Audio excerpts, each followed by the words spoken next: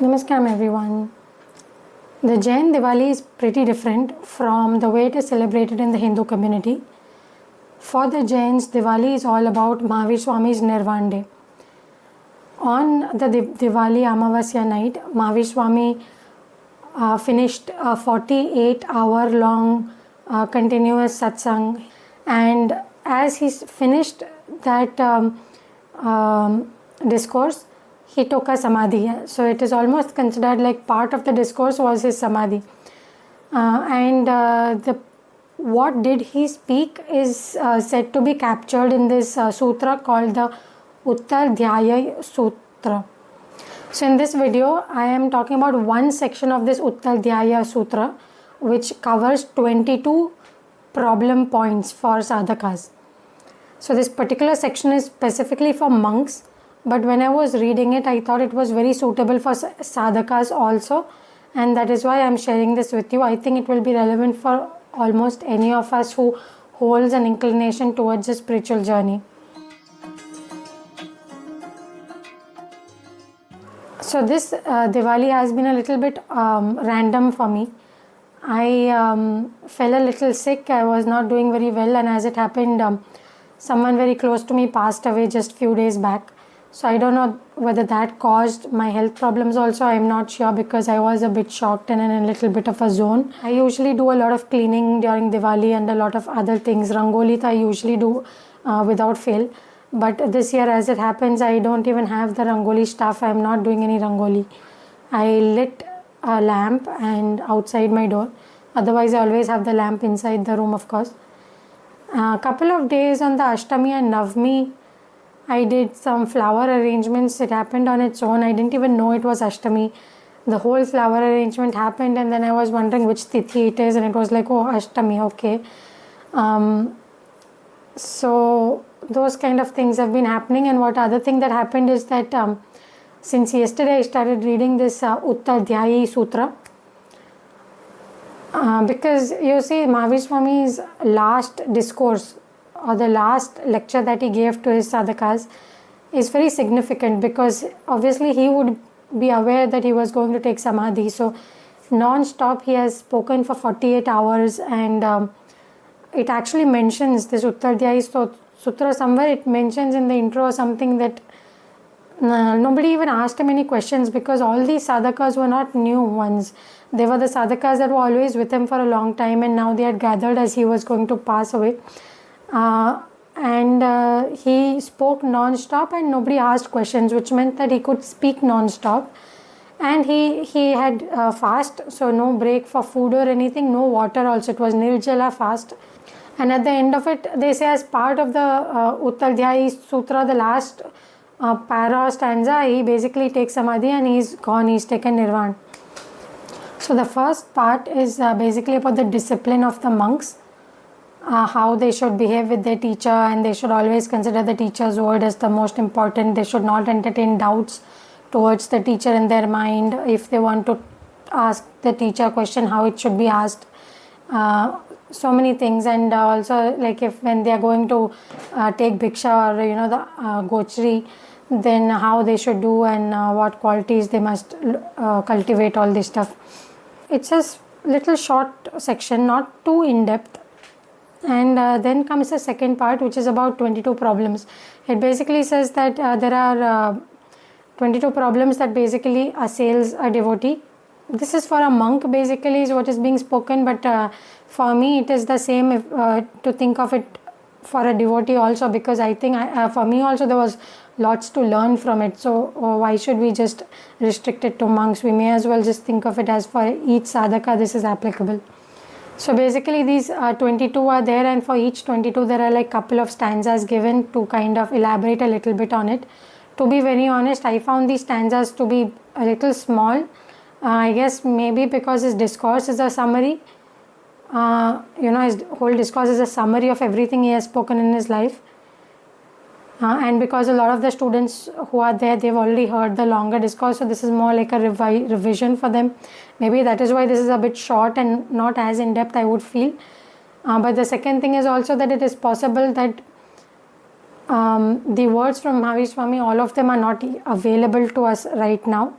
So it is possible that it's all a little bit shorter, and some of the stuff that he may have also spoken may have been forgotten or lost or something like that. So the first one is hunger, which is natural, especially when we talk about a monk. But I think hunger definitely applies to all of us also as devotees or sadhakas, because every time we are doing a sadhana or some fasting will be there, or even a yoga practice and stuff, the food element is a very big thing. Like a lot of people skip the yoga practice because they all of a sudden hungry and they don't want to, they need to eat. And after you eat, you can't do your yoga. But obviously for a Jain monk, as you can imagine, they are walking everywhere and they have to go and get Bhiksha from a house. So that's a whole elaborate process, and so food may come, not come, it may be different kinds of foods may come. So for hunger, they are basically saying that even if you're extremely hungry, you should not entertain any thoughts of eating inappropriate food. You should not think of eating living stuff, any harming living stuff. You cannot pluck fruits from the tree and eat because it's alive. They only pluck, they only eat the fruits which have fallen down. Or they can eat the fruits which someone gives them, which is actually for them, but they are saying, no, I will not eat, you eat instead. So in case you don't know, the way the Jain monk goes and takes Bhiksha, the idea is that they will take little bit from each house, so that whatever that house has already made for themselves, from that little bit is being given to the monk. And so the householder is saying, I will eat little less today and I will share little food with my monk. So technically the monk is supposed to go to at least 5-6 houses and taking a little. So that the householder is eating a little less and the monk is sustaining himself without any new food being cooked for the monk. This aspect is really important, and so for that they are saying that even if you're extremely hungry and obviously those an option for getting the right Bhiksha is not available, then you don't entertain any thoughts of eating inappropriate food. Don't ask or make anyone else cook for you. And maintain a cheerful disposition. So it's not only that you don't entertain thoughts of getting food, not getting other food or making the efforts towards it. Remain cheerful through all of it. So this, I think that was really beautiful actually. And so basically the monk has to just go along with his day, and as in how the appropriate household presents itself, then they may take Bhiksha. There have been cases where some of the Tirthankars, they took this long fasting, and then they will say that I will break my fast in this type of a house. And that type of house they are just not able to get. Like Rishabdev, I think, did that. Rishabdev, the first Tirthankar, he took the fast and he said he will break it if somebody offers him sugarcane juice. And maybe there were some other conditions also for who will make the juice and all that. But anyway, nobody knew because he had taken the thought was in his mind. No, he had not told anyone, so nobody knew what was his. So as he roamed around to break his fast, the people kept offering and he couldn't take anything. Finally, to someone, the dream comes that I need to offer sugarcane juice to this. And so he comes, offers sugarcane juice, and from there Rishabdev's fast breaks and other things happen. So this is the first thing. Hunger has to be maintained. Full Vairagya and cheerful mind. Thirst is the next one. Only drink boiled water. Even if you're extremely thirsty, don't go to drink cold water or inappropriate. Water is extremely sacred in Jainism because water is considered as life. Next two are cold and heat. Like a lot of times, the monk will face a lot of cold climate. And opposing, sometimes they will feel a lot of heat, like too much sun, too much heat. Even then, they must not even entertain the thought of alleviating the misery. Never light a fire. Don't use fan if it's too hot. Don't think of having bath when it's hot, because monks don't bathe in Jainism, because water is sacred, water is life. They cannot use water to bathe. So all this stuff. So basically it's the same. If you're cold, simply be with the cold. Maintain Vairagya and a cheerful mind. Don't make any inappropriate efforts to find a solution. Same for heat. And this is kind of the crux for everything. The next one is, the fifth one is insects and bites. Don't let any feeling of harm come for the insects. Don't harm them, obviously, like no harming, don't even shoo them off. If the mosquito comes and bites, let him do whatever he wants to. You maintain your full equanimity, you maintain your Vairagya and cheerful disposition. Definitely no process of making them go away, but don't even think about it.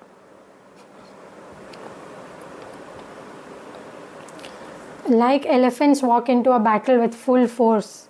They just ignore the arrows. They don't even know one arrow has gone and hit them. Same way, don't simply ignore them. If you like knowing more about these kind of Jain scriptural stuff, then I have basically done a few videos where I take a deep dive into a specific Jain book which is called Tri Sashti Shalaka Purush by Acharya Hemchandra Ji.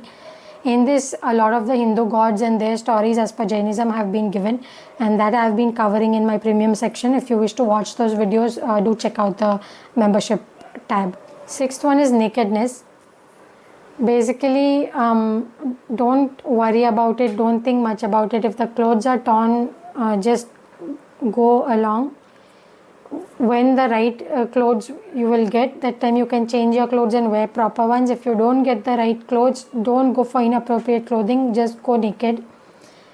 And when you get new clothes, don't have that thing in the mind that, oh, don't have ego for the new clothes. Don't anticipate new clothes when your clothes are getting torn. When it will come, it will come. You just go. Simply be. Both nakedness and being clothed is same, and one must be completely equanimous through it. It is very interesting that this is being spoken because that big rift between the Shwetambar and the Digambar sects, where Digambars, the monks and Digambars are naked while the monks and Shwetambars are clothed. So it is interesting that here it is mentioned like this. Seventh one is discontentment. Don't feel discontentment. Don't let that bhavana come into your mind. Eighth one is women. Basically stay completely alert with women. Basically to be very, very cautious that for males, women are like traps. So this point kind of threw me off, because for me in my mind when I was reading this, it was all for men and women.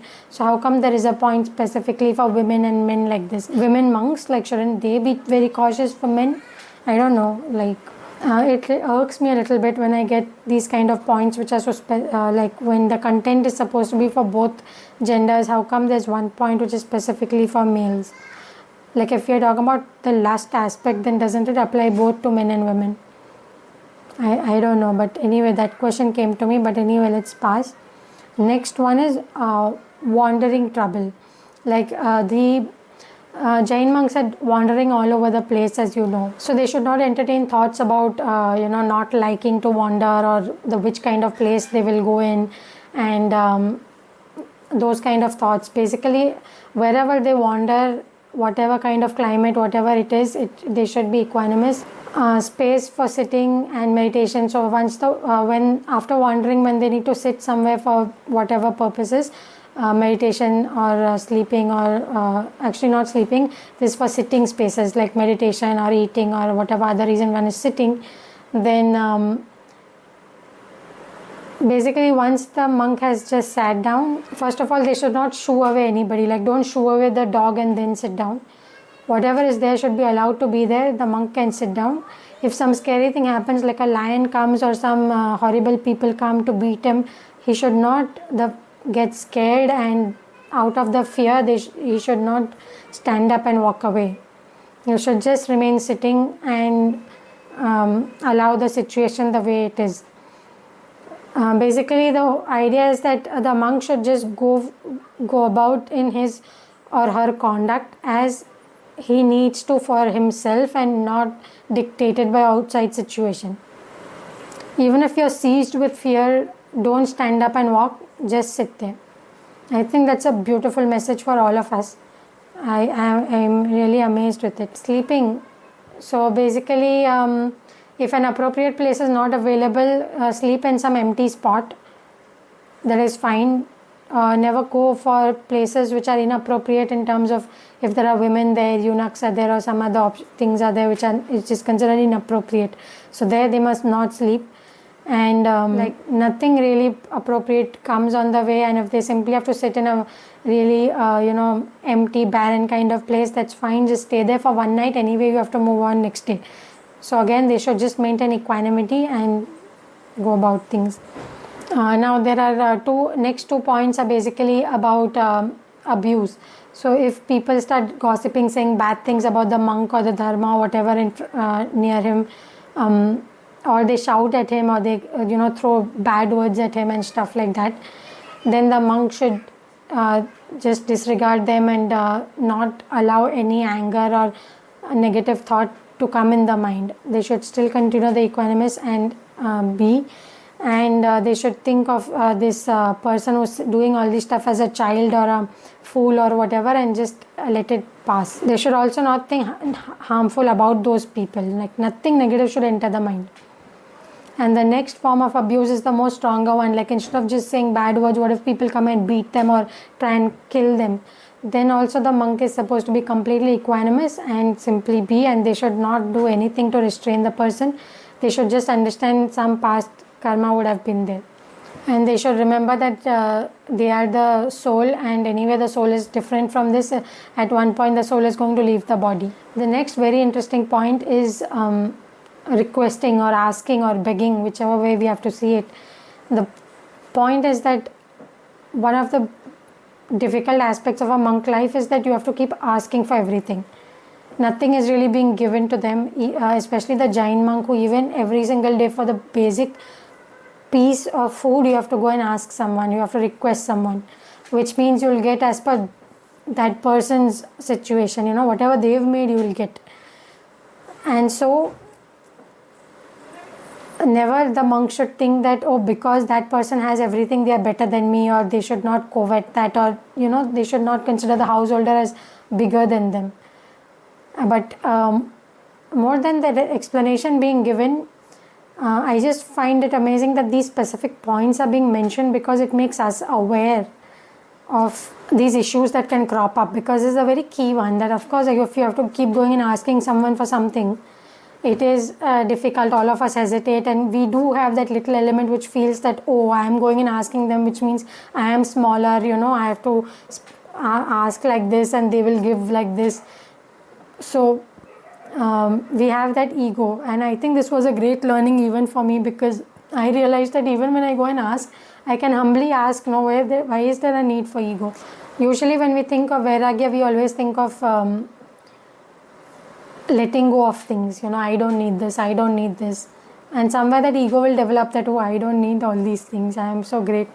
But then while reading this, I realized that there's also a Vairagya of receiving things. No, let me just receive it with Vairagya. So it was a fairly new concept for me in my mind, so that was very interesting. So I think this is like that you just go and ask, and with Vairagya you receive, with Vairagya you ask. So yeah, that was a really great point. And the next point is refusal, because every time you go and ask, a lot of times you may get refused, or somebody may offer you food you don't like, or so many things can happen. So basically the monk must remain equanimous through it. Whether you get it's fine, don't get it's fine. So I think if we go and ask with Vairagya, then that quality will happen, that I asked with Vairagya, and then they will give or not give. It is okay, because I will maintain that same state within. And what they've specifically mentioned here with regards to refusal is, it's okay, today you don't get, tomorrow you'll get. And you see, for the monk this is big, because this is talking about the monk's food. So today if the monk doesn't get food, tomorrow he has to eat. So it's a pretty big thing, and I think it's a great lesson for all of us as well. The next point is illness. If the monk gets ill, then they must understand that this is a past karma that's come, the fruit of the past karma. So they should not even seek any kind of a treatment or cure. And it is actually said that you should also not go for wrongful treatments, nor make anyone else indulge in wrongful treatments for yourself.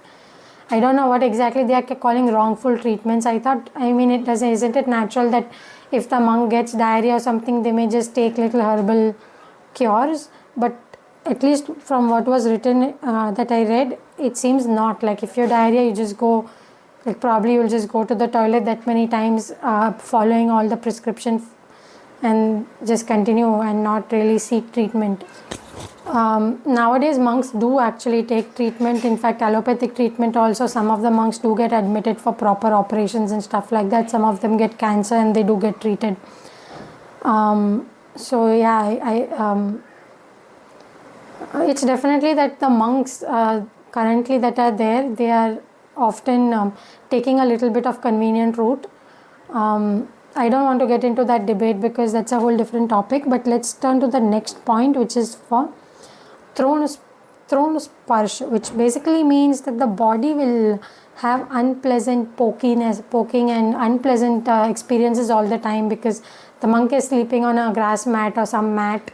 They don't have the comforts and luxury. So in the heat, the sunstroke may happen and the skin may just hurt. And in the winter, you may be sleeping on the grass will poke. So all kinds of unpleasant sensations will happen. So again, as you can understand, be equanimous. Just take support of the dharma, the knowledge of dharma that is there. Just take support in that and just be equanimous to all of this. I like the word Vairagya than equanimous, because Vairagya is I have some understanding of Vairagya. And also because I understand Vairagya is a much deeper quality that we imbibe rather than just equanimity of the mind. The next trouble that a monk may face is filthiness. They shouldn't get disgusted with the filth that may surround them.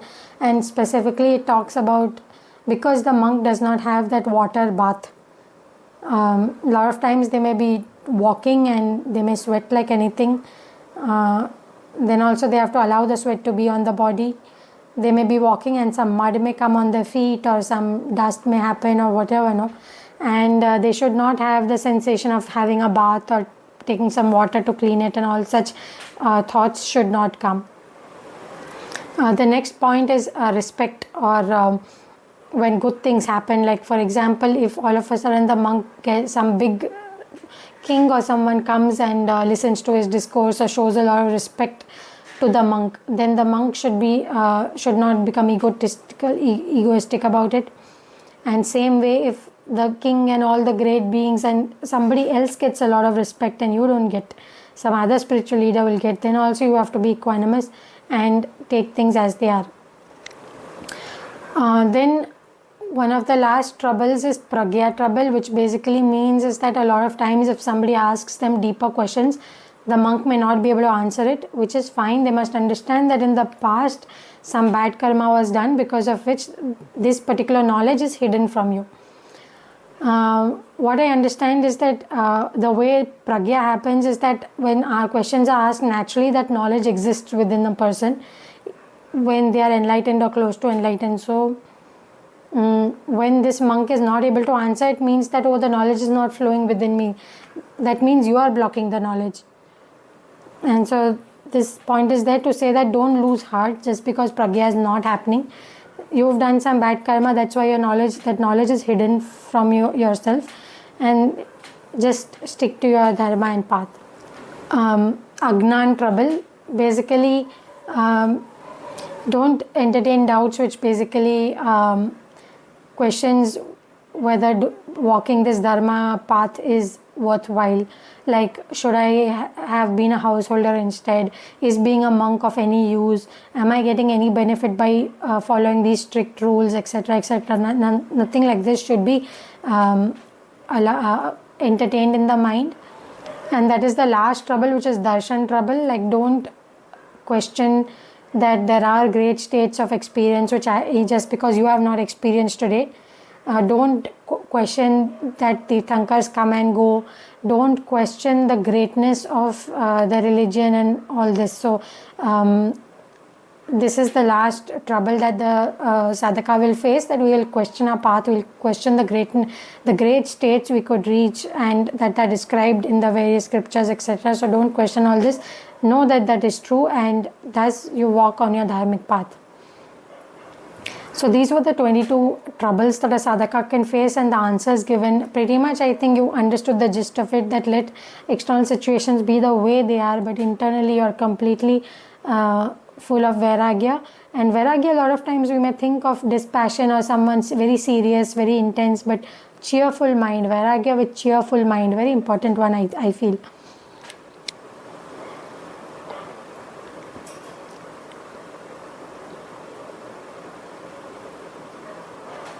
So from where did I read these this whole Uttradhyaya Sutra? I've given the links of the source in the description, so you can refer to those. I have basically looked at Sthanakvasi and Shwetambar sources. I have not yet looked at the Digambar Uttradhyaya Sutra.